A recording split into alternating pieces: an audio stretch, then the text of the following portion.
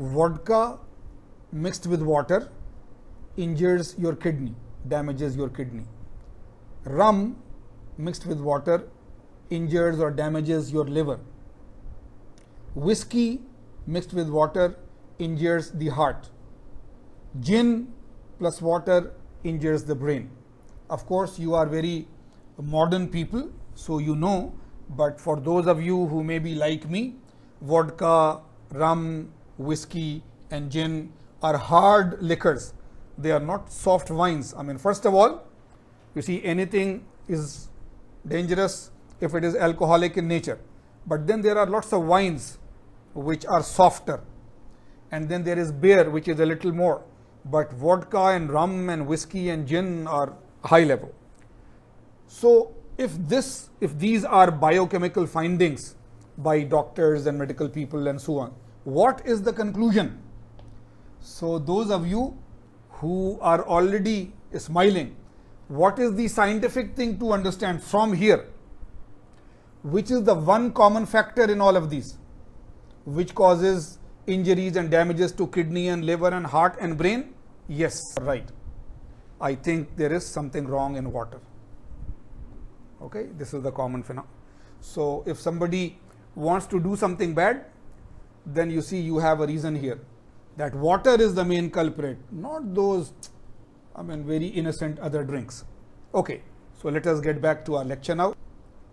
So we were talking last time that if there is a shaft is a smooth round cylindrical thing, but if it has a keyway, then the keyway is a 90-degree or a rectangular thing, so there will be a 90-degree turn, and therefore whenever the loads go to a certain region, they will initiate the crack, and the crack will start to grow, and ultimately it will fail. And of course here the example is that, you see, because it is a shaft, it is rotating, so it is under fatigue loading, right? Otherwise it is never, the load is never too high. The load is always less than the yield strength of the shaft material, and not just even the yield strength divided by the factor of safety. So now fatigue testing, maybe in material science, maybe in solid mechanics, maybe in machine design, we have told you it is called a rotating beam test. It is called a rotating beam test. And once you will, I'll just show you the machine. And once you do the test and then you get the data, then you can compare different materials by constructing a graph, which is called an SN curve. SN curve, right? The engineer scientist who started this rotating beam test machine was R.R. Moore. R.R. Moore. So that was the name, and it is called a reverse bending, because it is under a bending load. You see, there is a shaft, you will see, in a horizontal position. So the weight of the shaft acts downward, therefore it is bending. But because it is rotating, so the point goes up, goes down, goes up, goes down. So it is also called a reverse bending fatigue test or a rotating beam test. So this is the schematic, right? Not showing you the exact dimensions and so on, but you know that this is it. So here you have the fatigue sample. It looks like a dog bone sample, right? The dog bone sample that you had for tensile test, but the dimensions are different. And this is not flat generally, it is round. And inside here, both sides, there are threads connected so that you can fasten it inside these two fasteners. So in these fasteners, you put the thing and it is connected to a motor, right? So that it can keep on rotating it. You can put extra load. It has its own weight. Based on its own weight also, it will ultimately fatigue. But you can put some extra loads on it. 1 kilo, 2 kilo, 20 kilo extra load on it. So you can see that after how many cycles of rotation, 1 million, 2 million, after how many cycles of rotation, it fails under its own load. Then if I add, say, 5 kilogram to it, then will it fail? Then if I add 10 kilogram to it, then will it fail? The problem will be that each time you will have to have a fresh specimen of exactly the same material, exactly the same dimensions, isn't it? Because the same material with its own load, and then it fractures completely. Then you bring another exact same specimen with 5 kilonewton load, or sorry, 5 kilogram and so on. So therefore, each one test is just like a tensile test. In tensile test, you take a sample and you keep on loading it until it fractures. Excuse me. So once the test is done, then that sample is gone. So if you want to test the same piece again, then you must have an exact replica, exact same material, exact same dimensions. So here also you do the same. So this is a rotating beam test or a reverse bending test.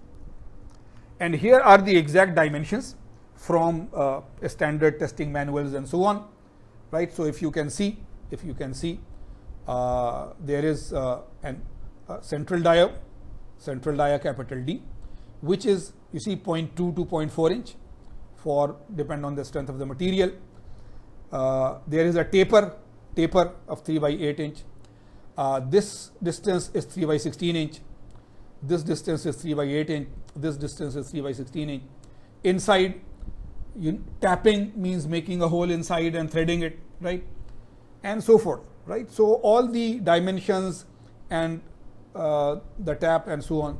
And this capital R, this radius is given as 3.5 to 10 inch.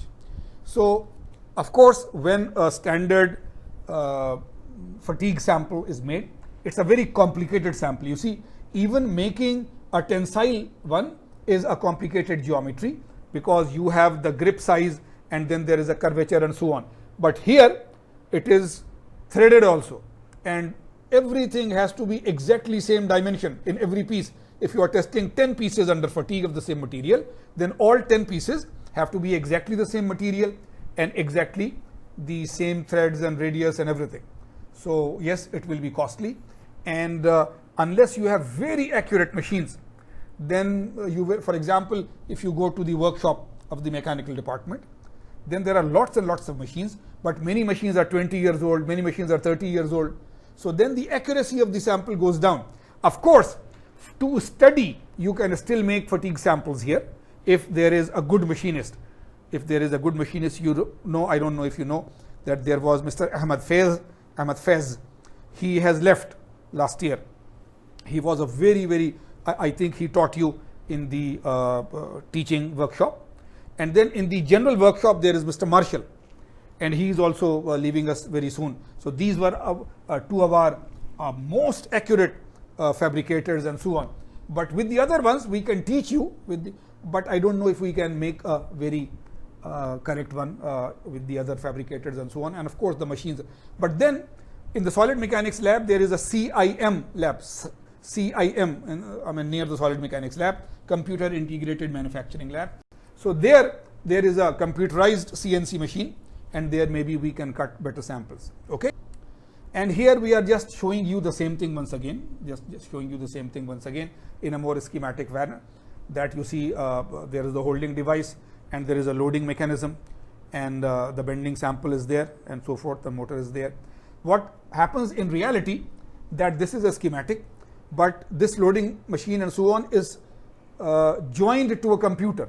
So the control system is in the computer, and once you fit everything and you start the machine on, then it keeps on rotating, and the machine inside keeps on recording the number of cycles. And as soon as it cracks and fails, then the computer stops, and it has just made a record of how many cycles to failure there is. That is it. There is no other reading. In a tensile test, you keep on increasing the load, and every time the length increase is also noted. But here it just keeps on noting the number of cycles.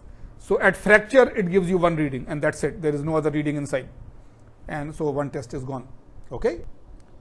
So now what is the SN curve? S is a stress. S is a stress, and N, guess here, it is a fatigue test. Yes, number of cycles to failure. Number of cycles to failure. You see, 1 rotation, 2 rotation, 3, 100, 1000, 10,000, 100,000, 1 million. So after how many number of cycles? So this capital N, remember in the previous example, the capital N was the factor of safety. So don't confuse it. Here in the SN curve, the S is the applied stress at which it fails, and N is the number of cycles at which it fails, right? So we will have to do many tests. We will see, just we will show you that we will have to do many tests, because one test is 1 point. You see, for example, if you are doing it only under the weight itself, no other load under the weight, so the weight divided by the cross sectional area is the stress. So it fails at that stress. How many number of cycles? Then you put a 10 kilogram piece as an additional weight.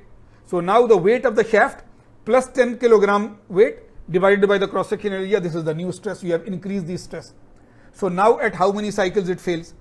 So therefore, every time you do a test at one given load or stress, you get 1 point. And remember that repeatability in testing is very critical. Repeatability.